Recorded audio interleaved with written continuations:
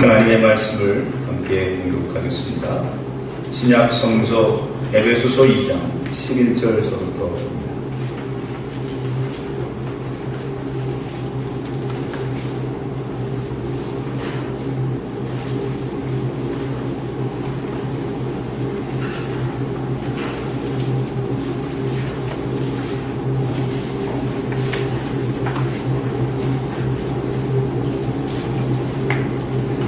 에베소서 2장 11절서부터 22절까지 말씀입니다.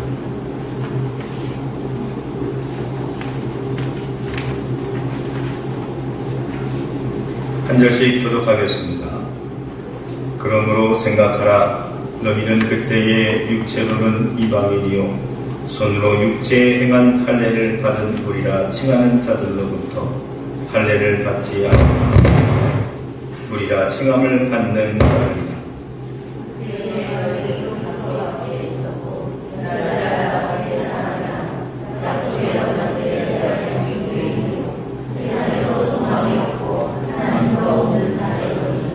이전에 전에 멀리 있던 너희가 그리스도 예수 안에서 그리스도의 피로 가까워졌느니라.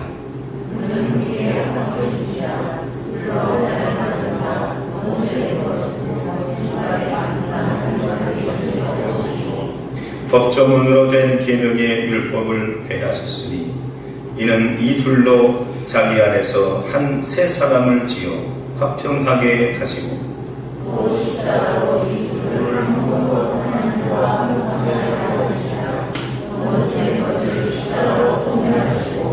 또 오셔서 먼 데 있는 너희에게 평안을 전하시고 가까운 데 있는 자들에게 평안을 전하셨으니 이는 그로 말미암아 우리들이 한 성령 안에서 합한 죄와 마음을 깨달을 것이다. 그러므로 이제부터 너희는 외인도 아니요 나그네도 아니요 오직 성도들과 동일한 시민이요 하나님의 권속이라. 너희는 사도들과 선지자들의 거기에 세우심을 믿는 자라. 그리스도 예수께서 주님 모든 영광을 받는 자라. 그의 안에서 건물마다 서로 연결하여 주 안에서 성전이 되어 가고 너희도 성령 안에서 하나님의 과실을 소속하기 위하여 그리스도 예수 안에서 함께 세워져 가니라. 아멘. 할렐루야. 반갑습니다. 오늘도 주님의 은혜와 성령의 역사하심이 여러분들 가운데 충만하시기를 주님의 이름으로 축원합니다. 우리 교회가 초창기 때에 연말이 되면 새용인의 밤이라는 행사가 있었습니다. 제 기억으로 그 첫 해에 이 띠별로 그룹을 정하여서 모였던 적이 있습니다. 혹시 그때 참여하셨고 기억나시는 분이 계십니까? 예를 들어서 개띠면 58년, 그렇죠? 58년, 그다음에 그 위로 70년, 82년, 94년 맞나요? 계산이? 하여튼 개띠만 한 3대가 쫙 이렇게 모여서 한 자리에 모여서 함께 이야기를 나누고 개띠의 중요성, 개띠의 특성이 뭐냐 뭐 이런 거를 함께 나눴던 적이 있었습니다. 그때 한쪽에서는 무슨 미신도 아니고 띠별로 무슨 교회에서 모이느냐 이런 시선도 곱지 않은 시선도 없지 않아 있었지만 제가 의도했던 것은 다름이 아니라 우리가 한번 섞여보자 라고 하는 그런 취지에서 그런 행사를 했었습니다. 왜냐하면 어느 교회나 가보면 항상 이렇게 끼리끼리 또 나하고 친한 사람들끼리 이렇게 묶여져 있는 보이지 않는 끈들이 있는 것을 어디든지 보게 되기 때문입니다. 나와 조금 거리가 있는 사람과는 한 번도 식사해 본 적이 없고 그리고 한 번 저 사람하고는 10년 넘게 교회를 다녔지만 한 번도 말을 섞어본 적이 없고 그런 같은 교인이면서도 그 사람에 대해서 뭔가 아는 것이 하나도 없는 그를 위해서 기도 제목 하나 알 수 없는 그런 관계가 교회 안에서도 저 세상 바깥에서도 아주 흔하고 널린 게 바로 그런 모습이기 때문에 그렇습니다. 세상에는 보이지 않는 벽이 존재합니다. 사람과 사람 사이에 무의식적으로 갈라놓는 벽입니다. 물과 기름처럼 잘 섞이지 못합니다. 이렇게 막 휘저어놔도 금세 한쪽은 물, 한쪽은 기름처럼 잘 이렇게 갈라집니다. 목회자들도 식사하러 가면 들어가는 군용은 하나고 앉는 자리는 동일한데 저쪽 상석에는 주로 연세가 드신 분들서부터 저희 입구 쪽에는 나이가 좀 젊은 목회자로 누가 뭐라고 하지 시키지도 않았는데도 불구하고 순서가 쫙 정해집니다. 참 이상해요. 참 이상해요. 나이별로 세대 차이가 존재하고요. 누가 시키지도 않았는데 자연스럽게 구분이 됩니다. 또 남자와 여자도 구분이 돼요. 이렇게 동성끼리 이렇게 받는 거. 이게 자연스럽죠. 아시다시피 2002년 월드컵에서 우리나라를 4강으로 이끌었던 히딩크 감독이 우리나라에 처음 와서 한 것이 바로 이런 것들입니다. 식사할 때 식탁에 서로 이렇게 짝을 주는데 아예 코칭 스태프에서 짝을 계속 바꿔주는 거예요. 잠잘 때에도 룸메이트를 계속 바꿔주는 거예요. 제가 한국에 와서 보니까 이상하더라는 거예요. 아니 왜 나이에 의해서 쫙 구분이 될까? 이게 이해가 되지 않았어요. 세상에는 이렇게 벽이 존재하고 있기 때문입니다. 지금 이 중간에도 이렇게 저렇게 보이지 않는 벽이 있어서 대화와 소통을 가로막기도 하고 오해와 불신과 갈등을 조장하기도 합니다. 그렇다면 2000년 전에 있었던 그 처음 교회, 초대 교회에는 이런 갈등들이, 이런 보이지 않는 벽들이 있었을까요? 아니면 없었을까요? 물론 있었습니다. 사도행전 6장을 읽어보면 그 초대교회 안에서도 헬라파 교인이 있었고 히브리파 교인이 있었어요. 그 헬라파 교인들이 따집니다. 이 교회에서는 홀로 사는 그 과부들을 교회에서 책임지고 음식을 나눠주고 구제 사업을 했는데 이 자기네들 헬라파 과부들을 보니까 그 구제에서 가끔 보니까 빠지는 거예요. 근데 자기네만 빠지면 괜찮은데 히브리파 과부들은 챙겨주는 거예요. 이럴 수 있습니까? 그래서 건의를 해서 그러면 사도들은 기도와 그리고 말씀을 읽는 일에 전념하고 이런 일들은 집사들을 세워서 맡기자 해서 7명의 집사를 세우게 되는 그 발단이 바로 헬라파, 히브리파 사람들 간의 보이지 않는 벽에서 충돌이 있었기 때문이었습니다. 그 교회가 시작되면 기도하고 교회가 번성하고 여기저기 교회가 세워지게 되면 이런 모습들은 당연하게 없어지고 소멸돼야 될 텐데 그렇지 않았습니다. 고린도전서 1장을 읽어보면 오히려 바울파, 게바파, 아볼로파, 그리스도파 등등 이런 파벌들이 굉장히 심각할 지경이었음을 우리는 알 수 있습니다. 오늘 말씀 11절을 읽어보면 할례를 받은 무리들과 할례를 받지 않은 무리들로 나누어져 있다는 사실을 알 수 있습니다. 세상 어느 곳에 가든지 간에 보이지 않는 벽들은 존재합니다. 때로는 그것들이 오히려 지탱해주는 근근한 힘이 되기도 하지만 그러나 상당수 많은 허점과 그리고 많은 아픔들이 발생하기도 합니다. 우리는 이런 벽들을 깨부수기 위해 어떻게 노력해야 될까요? 어떻게? 이런 벽이 너무 많으면 성장이 안 돼요. 이런 벽들이 너무 많으면 아픔이 발생해요.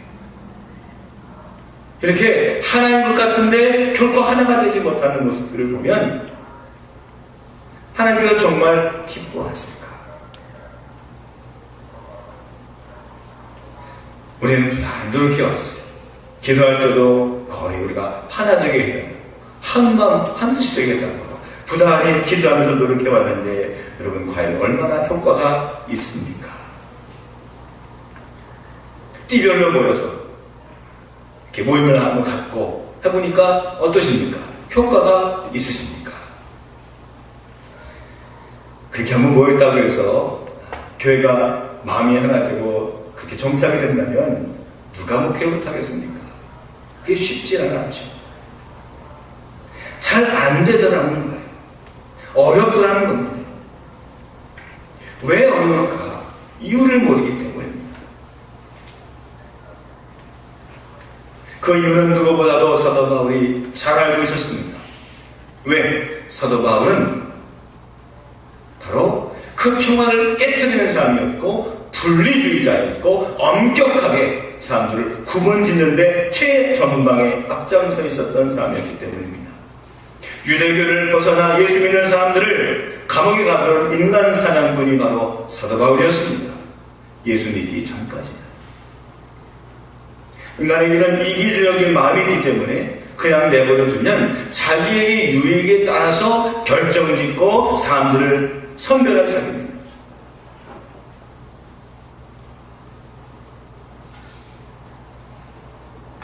그런데 사도 바울이 이분을 알고 나서, 이분을 만나고 나서 완전히 180도 달라지게 되는데 그분이 바로 십자가의 예수입니다. 기적의 현장에서 만난 예수가 아니라 다른 사람들이 종려나무를 흔들면서 나사렛 예수여 어서 오십시오 환호할 때 만났던 그 예수가 아니라 십자가에서 처절하게 찢어지고 깨어지고 부서지고 꺾이고 마침내 아무 힘없는 하나의 시신으로 변했던 그 십자가의 예수를 보고 사도 바울은 변했던 겁니다. 그분을 만나고서부터 달라지기 시작했습니다. 그 십자가의 사건으로 세상의 모든 단절되었던 관계가 이어졌고 그 십자가의 사건으로 멀리만 느껴졌던 나와 상관없는 사람들이 사랑스러워졌으며 그 십자가 사건으로 인해서 인종과 문화와 국가 간에 모든 것을 초월하고 모든 담들이 무너진 것을 보았기 때문입니다.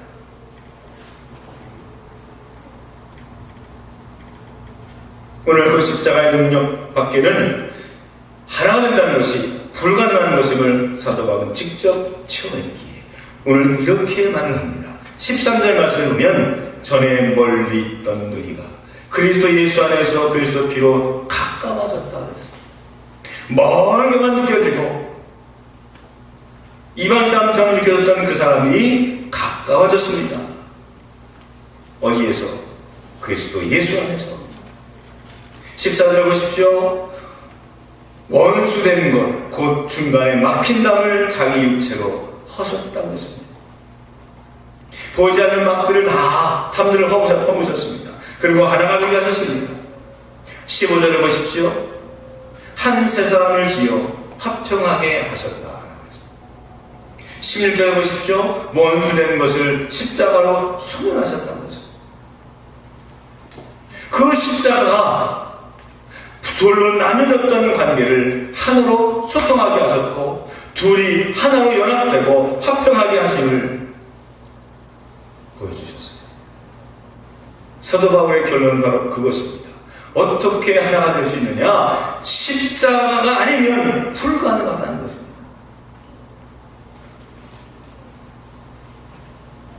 사도 바울은 자랑할 것이 많았던 사람이었습니다. 빌립보서 3장 5절에 보면 자기 자신을 가르쳐 말하기를 8일 만에 하늘을 받았고 이스라엘 족속이요 베냐민 지파요 히브리인 중에 히브리인이요 율법으로는 바리새인이라 했죠. 그에게는 남들이 없는 로마의 시민권도 갖고 있었습니다. 그는 가말리엘 문화생으로 그는 율법으로 통달한 사람이었습니다. 그는 어디를 가나 누구를 만나든지 꿀릴 것이 없는 사람이었습니다. 그런데 그가 이 모든 것들을 다 배설물과 같이 여기고, 그리고 오직 무엇을 자랑하느냐? 갈라디아서 6장 14절에 보면 우리 주 예수 그리스도의 십자가 외에는 결코 자랑할 것이 없다라고 고백하는 이유는 무엇입니까? 내가 할례받은 건, 내가 히브리 사람이라는 건, 내가 베냐민 지파 출신이라는 건, 내가 바리새인이라는 건, 오히려 그것이 사람을 죽이게 하고, 사람을 감옥에 가게 하고, 사람과 사람 사이의 관계를 끊게 되고, 하나였던 사람들을 줄로 나뉘게 하는 원인이요, 요인이었기 때문입니다. 그러므로 내가 알려는 가장 귀한 지식은 두 가지 있는데, 고린도전서 2장 2절은 말합니다. 예수 그리스도와 예수 그리스도의 십자가에 못 박히신 것 외에는 아무것도 알지 아니하기로 작정했다라고 사도 바울이 고백합니다. 예수 그리스도를 알고 예수 그리스도께서 십자가에 못 박히신 것, 십자가 사건만이 내가 알아야 될 가장 귀중한 값어치 있는 진리를 고백합니다.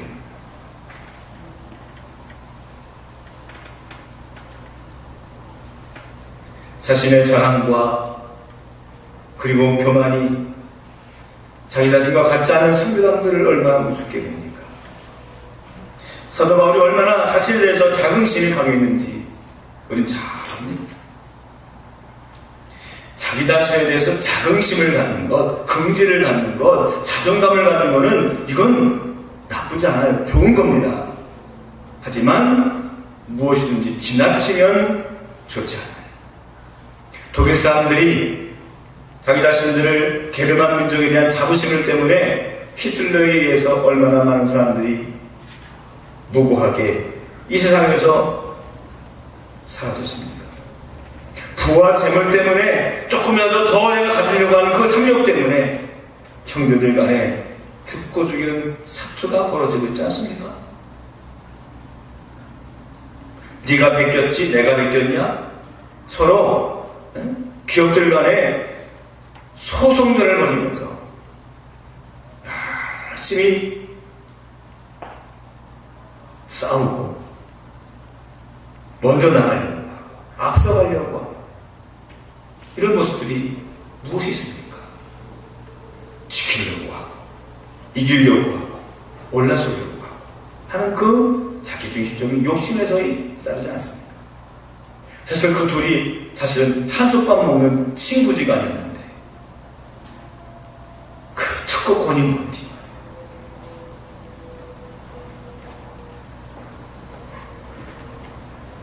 이처럼 자랑 때문에, 자만 때문에, 교만 때문에 화평이 깨어지고 사이가 나빠지는 것 아닙니까? 어떻게 우리가 이것을 해결할 수 있습니까? 교육이 최고다. 교육 만능주의자였던 H.G. 윌리엄슨이라는 사람이 인간의 지성으로 세상의 모든 갈등과 전쟁을 해결할 수 있다. 왜 싸우고 왜 전쟁하느냐? 모르기 때문에, 덜 배웠기 때문에 싸운다. 그래서 저는 이 교육이 아주 굉장히 중요하고 교육을 최우선으로 여겨야 된다고 주장합니다. 그런데 1차 세계대전이 끝나고 그는 말을 번복할 수밖에 없었습니다. 왜? 유식한 사람이, 머리 좋은 사람이 더 잔인하고 더 참혹하게 사람들을 죽이더라는 거예요. 그러므로 화평과 사랑을 위해 낮아지고 겸손해지는 것은 교육으로 이루어지는 것이 아니라는 것을 우리는 알아야, 사람의 노력으로 이루어질 수 없는 것을 알아야 됩니다. 학교에서는 이런 것들을 가르쳐 주지도 줄 수도 없다는 사실을 알아야 합니다. 오히려 공부 잘하면요 웬만한 사고를 쳐도 다 용서가 되더라고요.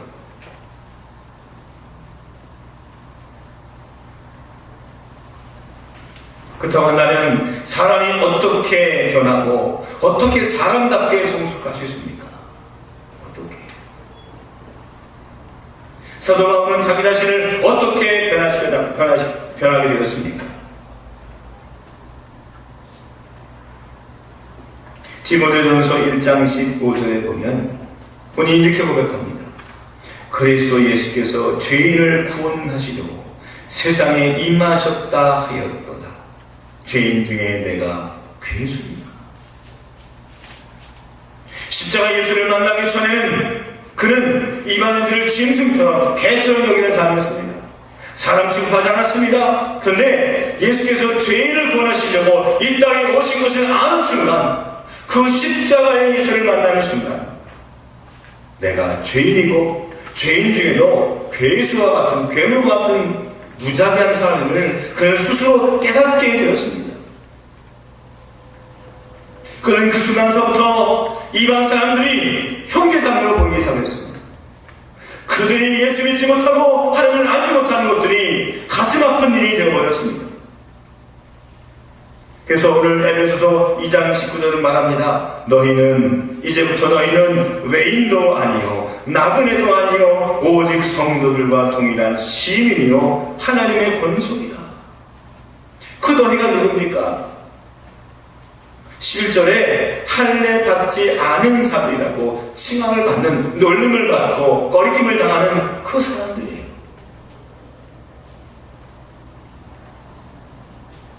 인식이 달라졌어요. 보는 눈이 달라졌어요. 왜? 십자가 예수를 만나고 난 후. 또한 세상을 어떻게 변화시켜 나갈 수 있습니까?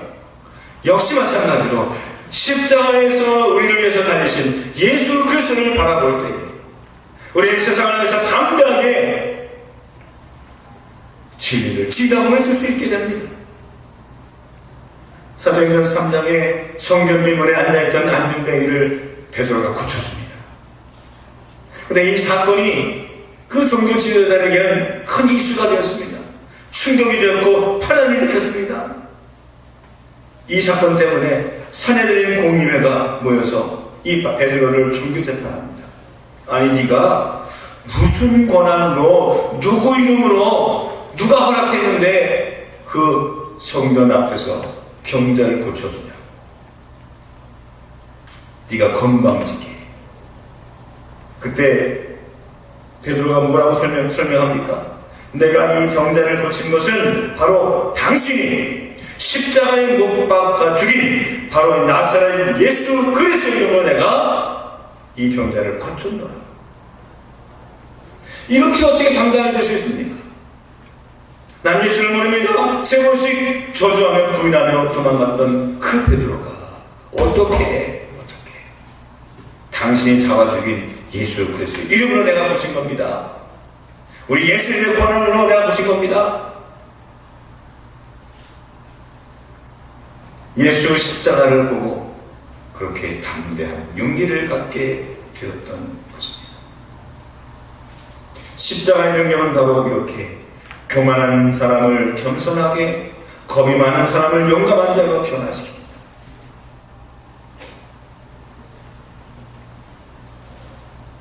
십자가의 은혜는 그렇습니다. 눈이 밝아지는 은혜입니다. 내가 변하는 은혜입니다. 내가 세상을 바라보는 눈이 달라지는 은혜입니다.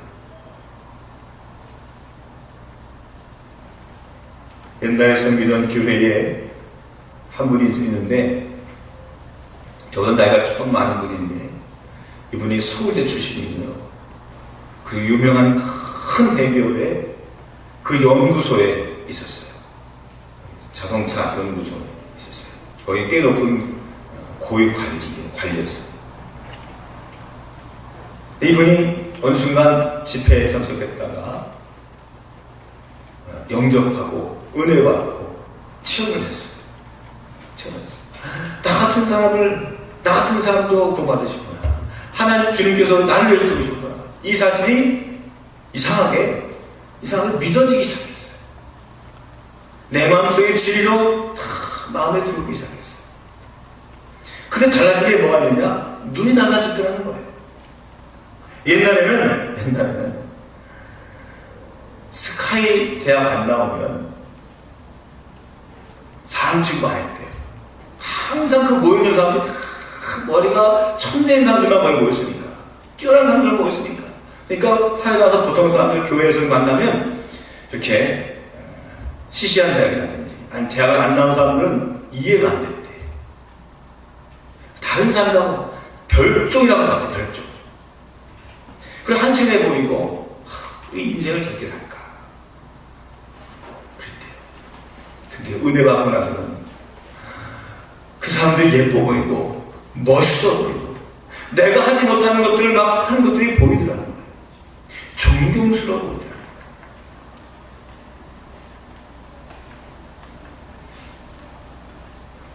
은혜를 체험하면 은혜는 우리를 사랑으로 눈이 멀게 합니다. 모든 것이 사랑스럽게 보이며 모든 사람들이 귀하게 느껴집니다. 그래서 모두 나와 별개로 느껴졌던 사람들 간에 보이지 않는 담들이 그 순간에 허물어지는 거예요. 함께 호흡하고 함께 하나가 될 수 있게 만듭니다. 그래서 오늘 21절을 이렇게 말합니다. 너희도 성령 안에서 하나님이 거하실 초소가 되기 위하여 그리스도 예수 안에서 함께 지어져 가느니라. 내 안에 교만이 무너지고 내 안에 자만이 깎이면서 서로 이렇게 얽히고 저렇게서 함께 벽돌과 벽돌이 쌓이고 그 위에 또 벽돌이 올라가고 하늘에서 건물이 완성되는 것처럼 하나님의 나라, 이 땅의 방주가, 교회가 세워져 가더라. 이번 사순절은 십자가 예수를 만나는 계기가 되기를 주님의 이름으로 축원합니다. 나를 위해 죽으신 예수 그리스도의 사랑과 은혜가 여러분들 안에 강하게 역사해요. 우리 안에 있던 막힌 담들이 허물어지고 그동안 보지 못했던 눈들이 띄어지게 되며 그동안 깨닫지 못했던 하늘의 진리를 경험하고 새로운 인생을 살게 되는 귀한 시간 되기를 주님의 이름으로 축원합니다. 오늘 성경 11절에서부터 22절 말씀을 간단히 요약하면 이것입니다. 바로 십자가를 생각하라. 십자가를 기억하라. 십자가를 잊지 말라는 겁니다. 11절은 말합니다. 그러므로 생각하라 너희는. 그렇습니다. 생각해야 될 것들이 있습니다. 기억해야 될 것들이 있습니다. 오늘 우리가 떡과 포도주를 우리가 먹고 마시며 성찬이 여러분들에게 주셨던 메시지가 있으시죠? 기억하십시오. 기억하기 위해서 성찬 예식은 십자가에서 죽으신 우리, 결국 우리가 둘이 아니라 하나님을 이루시기 위해서 십자가에 스스로 걸어갔었다. 그 사랑과 은혜와 그리고 하나 되는 그 신비의 비밀들을 함께 알아가는 이번 사순절 기간이 되기를 주님의 이름으로 소망합니다. 기도하겠습니다.